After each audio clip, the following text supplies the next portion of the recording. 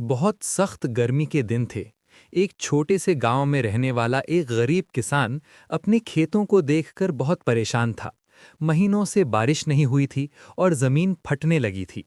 किसान रोज आसमान की तरफ देखकर दुआ करता और कहता, या अल्लाह, अगर पानी ना बरसा तो मेरी सारी मेहनत मिट्टी हो जाएगी।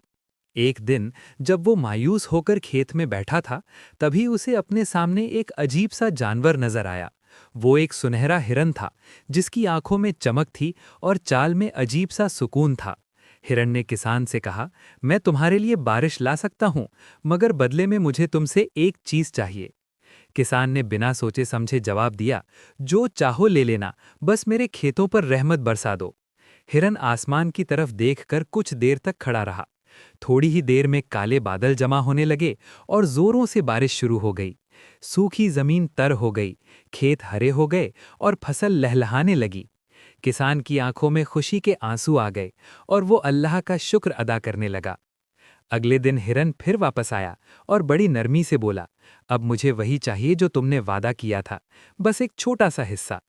लेकिन किसान की नीयत बदल चुकी थी। उसने फसल को देखा और लालच में आकर कहा, नहीं, अब ये सब मेरी मेहनत से उगा है, मैं कुछ नहीं दूंगा। हिरन उदास होकर चुपचाप वहां से चला गया।